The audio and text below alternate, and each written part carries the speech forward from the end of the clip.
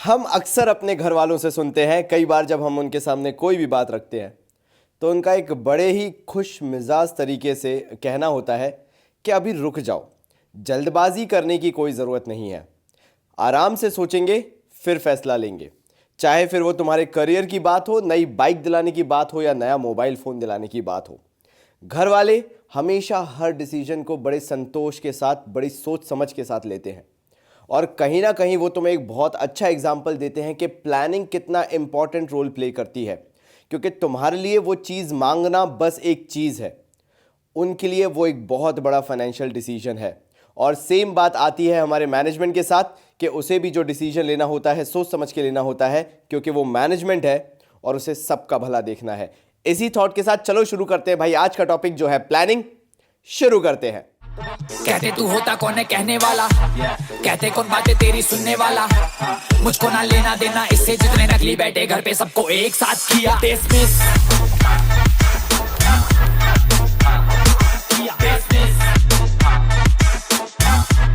सबको एक साथ किया।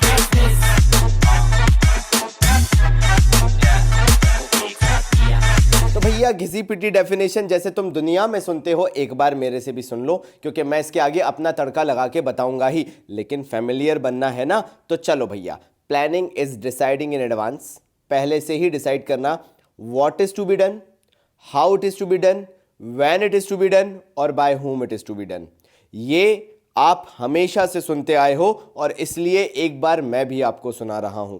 प्लानिंग अपने आप में वो तरीका है जिसमें हम शुरुआत से ही, जब काम शायद हमने सोचा भी ना हो करने का, उससे काफी पहले हम डिसाइड कर चुके हों कि किस तरीके से हमें सारे काम फ्यूचर में करने होंगे, वो पार्ट बनता है प्लानिंग का। तो अब मैं इसको ब्रेक ऑफ करना चालू करता हूं, जो इस साल डेफिनेशन तुम्हें यूज करनी है या आने वाले टाइम पीरियड में तुम्हें डेफिनेशन यूज करनी है।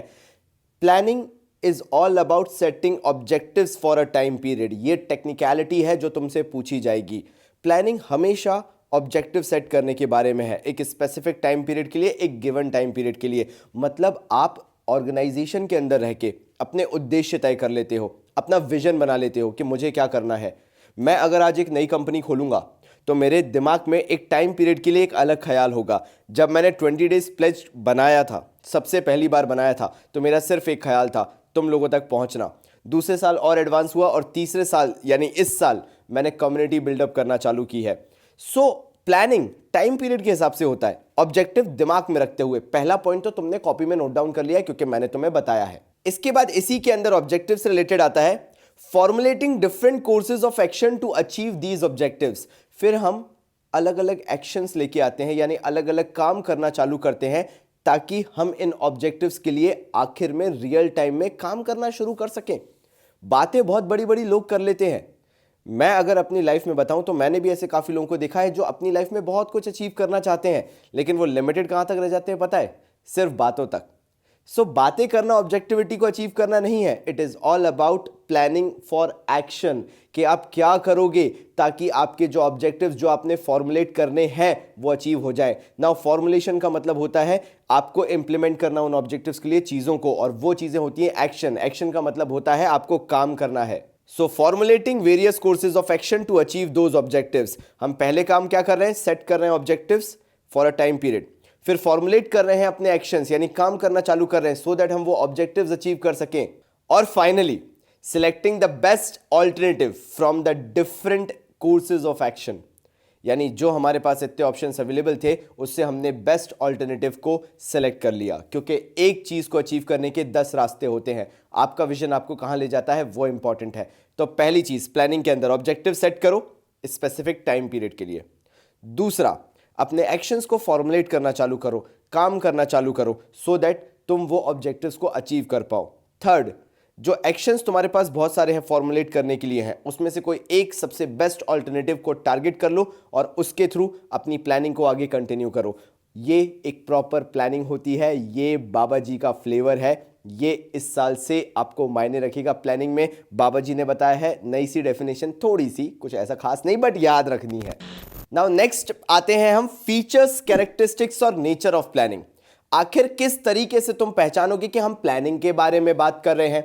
अब देखो भैया, इसका कोई स्पेसिफिक सिस्टम तो नहीं होता है, लेकिन प्लानिंग अपने आप में बहुत क्लियर है कि हम बात कर रहे हैं फ्यूचर की। What we have to do, we are thinking it in advance. तो जब ऐसी बात हो जाती है तो आपको उसी हिसाब से सोचना चालू करना है प्लानिंग के बारे में। इसी में पहला पॉइंट आता है प्लानिंग कंट्रीब्यूट्स टू ऑब्जेक्टिव्स। ये एक बहुत जरूरी बात है। प्लानिंग का कंट्रीब्यूशन होता है सीधे सीधे ऑब्जेक्टिव्स पे। सीधे सीधे, ठीक है, मैं समझ रहा हूं मैंने क्या बोला, ओके सॉरी। प्लानिंग का कंट्रीब्यूशन ऑब्जेक्टिव्स में कैसे होगा? आप बैठे अपने दोस्त के साथ और बात करना चालू की, यार मैं इस स्पेसिफिक काम में बहुत अच्छा हूं, क्या तुम मेरे साथ मिलके काम करोगे? क्योंकि तुम्हारे पास फाइनेंसेस बहुत अच्छे हैं, तुम मुझे सपोर्ट करो, मैं काम करूंगा और हम दोनों मिलके धमाल मचा देंगे। याद रखना, शुरुआत में जब कभी भी कोई भी कंपनी ऑब्जेक्टिव्स के बारे में डिस्कस करना चालू करती है तो ऐसा लगता है यार ये बहुत दूर की कौड़ी है, ये कभी अचीव नहीं हो पाएगा। लेकिन बिलीव मी, मेहनत करना चालू करो, काम करना चालू करो, किसी चीज़ का अंत नहीं है। बस हर एक चीज़ मेहनत मांगती है और 99.9% लोग वहीं पे गिव अप कर देते हैं। इसलिए प्लानिंग को एंड रिजल्ट तक पहुंचाना बहुत ज़रूरी है और एक कंट्रोलिंग वाला फैक्टर भी इसलिए बीच में आता है। याद रखना, पैशन सबका होता है, लेकिन पैशन के अंदर जो सारे काम होते हैं वो हर काम सबको पसंद नहीं आता है। ये थोड़ी सी चीज़ याद रख लेना। तो planning is all about contribution to the objectives. Planning contribute करता है ऑब्जेक्टिव्स को अचीव करने में, which means if you are having an objective to achieve, planning will help you to achieve those objectives by defining a specific course of action. ये मैंने तुम्हें technicality में भी बता दिया। नाउ सेकंड कैरेक्टरिस्टिक अगर देखी जाए तो planning is the primary function of management. देखो यार भाई, एसेंस ऑफ मैनेजमेंट कभी आपसे पूछ लिया जाए तो वो कोऑर्डिनेशन है, और कई बार तो प्राइमरी फंक्शन भी कहीं ना कहीं कोऑर्डिनेशन आता है, because if there is no coordination there is no planning. लेकिन जिन्होंने मेरा nature and significance of management का वीडियो देख लिया है, क्योंकि वो इससे पहले आ चुका है, तुम्हें बहुत अच्छे से पता है कि वो कोऑर्डिनेशन कहाँ यूज होगा। तो उसी बेसिस पे अब मैं तुम्हें बताना चालू करता हूं कि planning primary function of management कैसा है। मानता हूं मैं कि एक दूसरे के साथ अंडरस्टैंडिंग होना जरूरी है, लेकिन उस अंडरस्टैंडिंग का फायदा ही क्या है जब आप मिलके बैठ के काम ना कर सको, एक सोच एक राय पे ना आ सको। प्लानिंग यही बात करता है। प्लानिंग प्राइमरी फंक्शन क्यों बनता है? बिकॉज यहां पे आप सबकी कंसेंट लेते हो। इवन जो आपके साथ कोऑर्डिनेट करने को तैयार हैं उन सबकी भी, उन सबको एक ग्राउंड पे लेके आते हो और ये डिसाइड करते हो कि what you have to do in future. So planning becomes the primary function of management, so that सबको पहले से पता हो कि काम आगे फ्यूचर में होने क्या वाला है। कोई भी एकदम शॉक में ना रहे, सरप्राइज में ना रहे कि हमें तो कुछ पता ही नहीं था। तो पहले प्लानिंग कर लो, पहले सबके रोल डिफाइन कर दो, सबको सबकी पोजीशंस डिफाइन कर दो, उसके बाद काम आगे चालू करो। नाउ नेक्स्ट पॉइंट आता है कैरेक्टरिस्टिक का, प्लानिंग इज परवेसिव। परवेसिव के दो आंसर लिखने होंगे तुम्हें बोर्ड्स में। पहला, प्लानिंग मैनेजमेंट के हर लेवल पे प्रेजेंट है, टॉप लेवल हो, मिडिल लेवल हो, लोअर लेवल हो या फिर ऑपरेशनल लेवल हो, जो भी तुम बोलना चाहते हो। उसके साथ साथ सारी ऑर्गेनाइजेशंस में एप्लीकेबल है। ऐसा नहीं है कि एक ऑर्गेनाइजेशन को प्लानिंग की जरूरत है तो दूसरी ऑर्गेनाइजेशन बिना प्लानिंग के नहीं चल सकती है। हम कैजुअल जनरेशन कहलाते हैं, हमें इतनी प्लानिंग में मजा नहीं आता है, लेकिन फिर भी अल्टीमेटली कहीं ना कहीं 20-30% प्लानिंग भी अगर हम पता है करते हैं ना, तो हम अपने गोल्स अचीव कर सकते हैं। अगर तुम आज बैठ के ये वीडियो देख रहे हो और तुम्हारे मन में 2% का भी शक है कि तुम कुछ नहीं कर सकते, तो ऐसा बिल्कुल मत सोचना। क्योंकि अगर तुम अंत समय में मेरे साथ बैठे हुए हो तो एक चीज़ तुम्हारे अंदर बहुत प्यारी है कि तुम होप लूज नहीं करते हो, और तभी तुम्हारा मेरा कनेक्शन है। इसीलिए मैं तुम्हें बता रहा हूँ, परवेसिव का मतलब होता है प्लानिंग हर जगह है। कोई प्लान करता है साल की शुरुआत से, कोई प्लान करता है बाबा जी के प्लेज से। समझ गए ये चीज? आगे बढ़ते हैं। Planning is futuristic and planning is forward looking. ये हमारा नेक्स्ट पॉइंट है। बड़ी सिंपल सी बात है कि जब भी प्लानिंग की बात करते हैं तो we always forget about the past. Forget का मतलब होता है, भूलने का मतलब होता है कि हम उसको ऐसे इग्नोर करते हैं कि ठीक है कुछ सीखना होगा तो सीख जरूर लेंगे, लेकिन कुछ गलतियां जो करते हुए आए हैं पास्ट में वो आगे याद नहीं रखनी है। Planning is always about forward looking. Yes, we always learn from experiences, but planning is all about making sure कि जो फ्यूचर में होने वाला है हम उसके लिए 100% तैयार हैं। And yes, we are willing to accept the changes that is happening in the business environment. हम कभी भी पीछे नहीं हटेंगे। अगर कोई भी हमें बोलता है कि भैया आपको अपने अंदर चेंजेस लाने हैं, we are always there to keep the changes, but planning हमारे लिए बहुत जरूरी है। तो प्लानिंग फ्यूचरिस्टिक है, आप जो भी डिफाइन करोगे फ्यूचर के लिए डिफाइन करोगे। नेक्स्ट पॉइंट आता है भाई हमारा, प्लानिंग इज कंटिन्यूअस। प्लानिंग ऐसी नहीं है कि एक बार कर ली और खत्म हो गया। वो दोस्त का प्रॉमिस नहीं है कि यार भाई एक काम करते हैं, कल सुबह घूमने चलते हैं और सब गायब। प्लानिंग अपने आप में वो चीज है जो हर रोज, हर वक्त, हर स्टेप पे करना जरूरी है। एक ऑर्गेनाइजेशन जब प्लानिंग के बारे में सोचता है या प्लानिंग के बारे में डिसाइड करता है कि हमें प्लानिंग के साथ चलना है, तो उसके दिमाग में जो ख्याल आता है वो ये है, even at every step if we have to make certain changes we have to make it through a proper plan. हम चेंज तो लाएंगे लेकिन उसके अंदर भी प्रॉपर प्लानिंग होगी। कई बार बिजनेस को रिस्क लेने पड़ते हैं, कई बार को बिजनेस को अपने पॉलिसीज चेंज करने पड़ते हैं। मना नहीं है, रिजिडिटी इतनी ज्यादा भी नहीं है, आगे लिमिटेशन में आएगा रिजिडिटी है, लेकिन मैं तुम्हें फ्यूचर जनरेशन के हिसाब से बता रहा हूं। हाँ, इसके अंदर रिजिडिटी आती है लेकिन फिर भी हम अपने आप को चेंजेस के अंदर लेकर आ सकते हैं या बिजनेस ऑर्गेनाइजेशन के अंदर चेंजेस लेके आ सकते हैं अगर हम दिमाग में ये रख के चल रहे हैं कि प्लानिंग जो हमने की है वो प्रॉपर है और वो चेंजेस जो हैं वो बहुत मिनिमल है।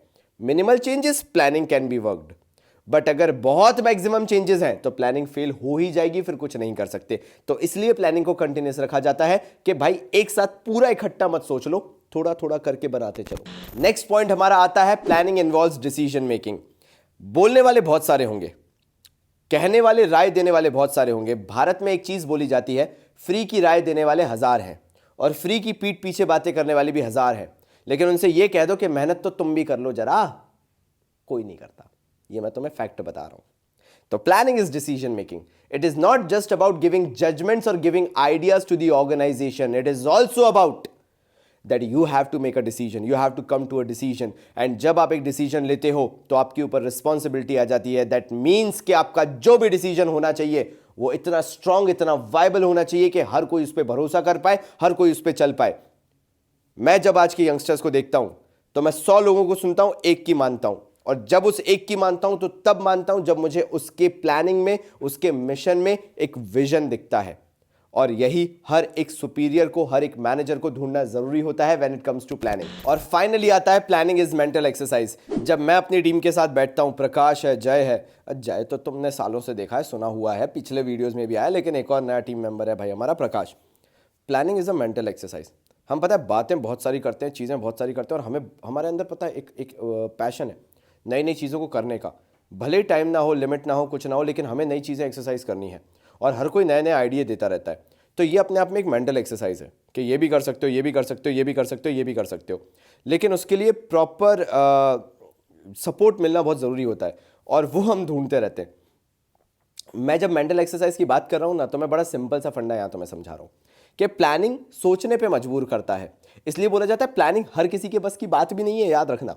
प्लानिंग वही कर सकता है जिसकी सोच या थॉट प्रोसेस काफ़ी आगे की है, क्योंकि बहुत सारी चीज़ों को, बहुत सारे फैक्टर्स को कंसिडर करना होता है, और तभी प्लानिंग को मेंटल एक्सरसाइज बोला जाता है। It is not just about decision making, it is not just about having a continuous process, it is also about taking those decisions which are actually genuine, which are actually viable, which can actually reflect the motives और objectives of the business. सोचो ऐसी चीज़ जो realistically possible हो, ऐसी चीज़ें मत सोचो जो रियलिस्टिकली पॉसिबल नहीं है ना। मैंने बोला रियलिस्टिकली, मैंने ये नहीं बोला कि बिलीवेबल है या नहीं। कुछ लोगों को कभी भी बिलीवेबल लगता ही नहीं है भाई, और इसका मतलब ये नहीं है कि आप प्लानिंग करना बंद कर दो। इसका मतलब ये है प्लानिंग ऐसी करो कि ऑब्जेक्टिव्स अचीव हों और लोगों को प्रूव करके दिखाओ कि काश उस वक्त बिलीव कर लेते तो आज मेरे साथ पैसा कमा रहे होते। नाउ यहाँ पे एक मैं बहुत शॉर्ट ट्रिक बता रहा हूँ, क्योंकि 20 डेज प्लेज है और बाबा जी जब तक ज्ञान ना दे तब तक मज़ा नहीं है। Importance of planning next topic है तुम्हारा, और मैं अगर बहुत अच्छे से बताऊँ तो तुम अगर चाहो तो कैरेक्टरिस्टिक्स को कन्वर्ट करके किसी तरीके से लिख सकते हो इंपॉर्टेंस के अंदर, इंपॉर्टेंस ऑफ प्लानिंग के अंदर, एंड बिलीव मी तुम्हें फुल मार्क्स मिलेंगे, कोई दिक्कत नहीं होगी अगर तुम क्लेवर इनफ हो, चालाक होते तो importance of planning are quite similar to features of planning, so no problem. But मेरा काम है, मैं शुरू कर रहा हूं। इंपॉर्टेंस ऑफ प्लानिंग के अंदर सबसे पहला पॉइंट आता है प्लानिंग प्रोवाइड्स डायरेक्शन। हाँ, मैं समझता हूं तुमने एक कंपनी खोली और तुम्हारे अंदर बहुत पैशन, मोटिवेशन और विजन है, लेकिन तुम्हारे साथ काम करने वाली वो 90% जनता जो कि सैलरीड एम्प्लॉय होगी, उसको कोई लेना देना नहीं होगा तुम्हारे विजन से। उसको लेना देना होगा मंथ के एंड में जो सैलरी क्रेडिट होती है, ताकि पार्टी वगैरह एंजॉय कर सकें लोग। उनको कोई लेना देना नहीं होगा तुम्हारे कमिटमेंट से, उनको कोई लेना देना नहीं होगा कि तुम करोड़पति कब बनोगे। उनका सिंपल एक काम होगा, आएंगे, काम करेंगे, चले जाएंगे। वो कभी भी अपने मिशंस और विजन्स तुम्हें नहीं बताएंगे, वो कभी भी तुम्हारी कंपनी के लिए वो उस लेवल पे कंट्रीब्यूट नहीं करेंगे। इसलिए ज़रूरी क्या हो जाता है तुम्हारे लिए, बीइंग एन एंटरप्रेन्योर। ऐसी प्लानिंग करो कि तुम्हें वो डायरेक्शन मिल जाए जिसमें बाकी लोगों को सिर्फ एक चीज बोलना है, फॉलो अप कर लो, तुमसे उससे ज्यादा उम्मीद भी नहीं कर रहे हम। This is planning provides direction. Planning एक ऐसा विजन देता है पूरी ऑर्गेनाइजेशन को जिसे बोला जाता है टारगेट बेस्ड जॉब। टारगेट लेके आप जॉब कर रहे हो भाई, मतलब क्या हुआ, आपको टारगेट्स दे दिए जाएंगे बीइंग एन एम्प्लॉय। अब आपको वो अचीव करना है। आप टॉप पे बैठे हुए जानते हो कि अगर वो टारगेट्स अचीव होते चले गए तो आपका गोल अचीव हो जाएगा। ये क्लेवर तरीका होता है और ये तभी अचीव कर सकते हो जब आपके पास प्रॉपर प्लानिंग है। नेक्स्ट पॉइंट बताने से पहले एक बहुत अच्छी एडवाइस देता हूं मैं, चलो यार तुम्हें, है ना। पहले मुझे लगता था what hertz the most is keeping expectations from someone. Over the period of time मुझे ये समझ में आया है what hurts the most is not about actually keeping the expectations. It's all about not having expectations from someone at all. अब जो legend समझ गए वो समझ गए, जिनको नहीं समझना था कोई बात नहीं बेटा, तुम्हारी जिंदगी बहुत औसम बीत रही है। तो मैं क्यों बता रहा था, क्योंकि planning reduces the risk of uncertainty. Planning एक चीज़ प्रोवाइड करवा देता है और वो ये है कि आपकी एक्सपेक्टेशंस जो हैं एम्प्लॉयज़ से या जो भी लोग तुम्हारे आसपास काम कर रहे हैं, फ़र्क नहीं पड़ता एम्प्लॉयज़ हैं या तुम्हारे पार्टनर्स हैं, प्लानिंग कहीं ना कहीं अनसर्टेनिटी का रिस्क रिड्यूस कर देता है।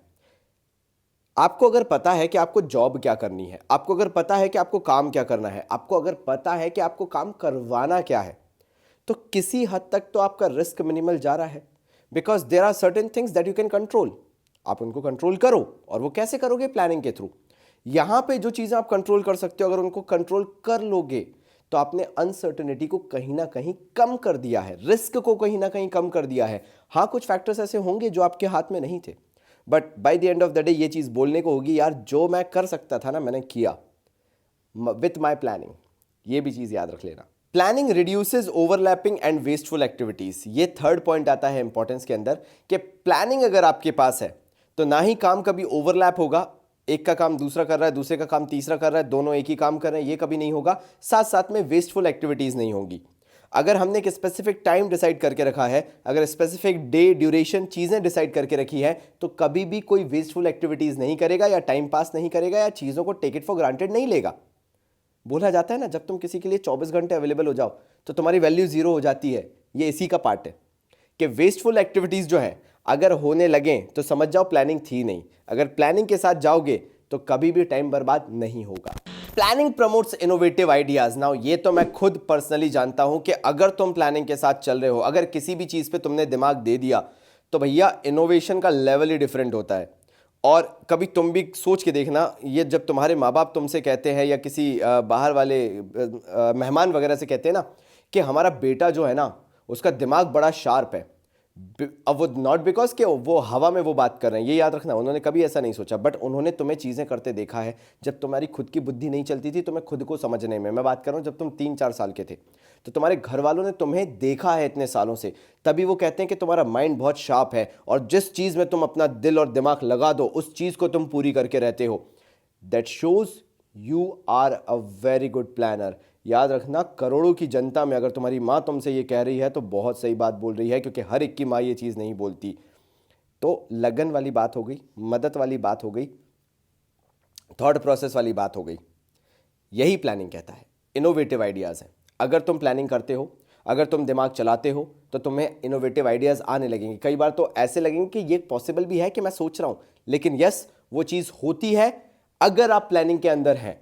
You will have different ideas, you will have different mindsets कि कैसे कैसे काम किए जा सकते हैं। You will think outside the box as well काम करने के लिए। प्लानिंग फैसिलिटेट्स डिसीजन मेकिंग, ये हमारा नेक्स्ट पॉइंट है, और क्योंकि मैं इसे तुम्हें फीचर में समझा चुका हूं तो सेम आंसर अगर इसके अंदर भी लिखते हो तो काम चल जाएगा। बस एक चीज़ ध्यान रखना, एक नई चीज़ बता देता हूं क्योंकि पॉइंट आया है और बाबा जी का बताना ज़रूरी है। प्लानिंग के अंदर जब डिसीजन मेकिंग की बात आएगी तो ये इंपॉर्टेंट क्यों है, क्योंकि प्लान्स बहुत सारे होते हैं, उसमें से बेस्ट छांटने का काम भी प्लानर का ही होता है। और अगर वो प्लानर वही चीज़ मिस आउट कर जाएगा from so many alternatives deciding a best course of action, वहाँ पे प्लानिंग फेल हो जाएगी। और लास्ट हमारा इंपॉर्टेंस आता है, planning establishes standards for controlling.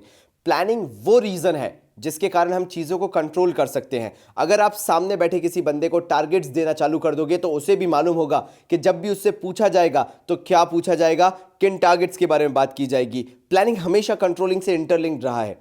आप अगर किसी को भी कंट्रोल करना चाहते हो, उसको काम दे दो, उसको मिशन दे दो, उसको विजन दे दो। जब आप कोई भी चीज़ उसको बता दोगे कि भैया ये काम करके रखना है, तो हमेशा उससे फीडबैक लेना, उससे रिस्पॉन्स लेना बहुत आसान हो जाएगा। तो planning establishes standards for controlling. अगर आपसे पूछा जाएगा तो वही पूछा जाएगा जो प्लान आउट करके आपको काम दिया गया था, ना उससे ज़्यादा ना उससे कम। तो भैया प्लानिंग का पहला पार्ट यहीं खत्म होता है। आई होप तुम्हारी मेरी बॉन्डिंग और बढ़ गई होगी। सीनियर होने वाले हो बहुत जल्दी तुम, तुम्हारे जूनियर्स आएंगे। बाबा जी का बिल्कुल नाम बताइएगा कि बाबा जी बहुत तरीके से पढ़ा देते हैं। तो मिलते हैं दूसरे वीडियो में। इंस्टाग्राम स्टोरी डालो, कॉमर्स बाबा को फेमस करो, जाओ। यही दक्षिणा होगी मेरी कि तुम इंस्टाग्राम पे स्टोरी डालो, दुनिया को बताओ कि हम पढ़ते हैं हमारे बाबा जी से। तब तक के लिए बाबा जी की तरफ से धन्यवाद। कहते कौन बातें तेरी सुनने वाला, मुझको ना लेना देना इससे जितने नकली बैठे घर पे सबको एक साथ किया डिसमिस।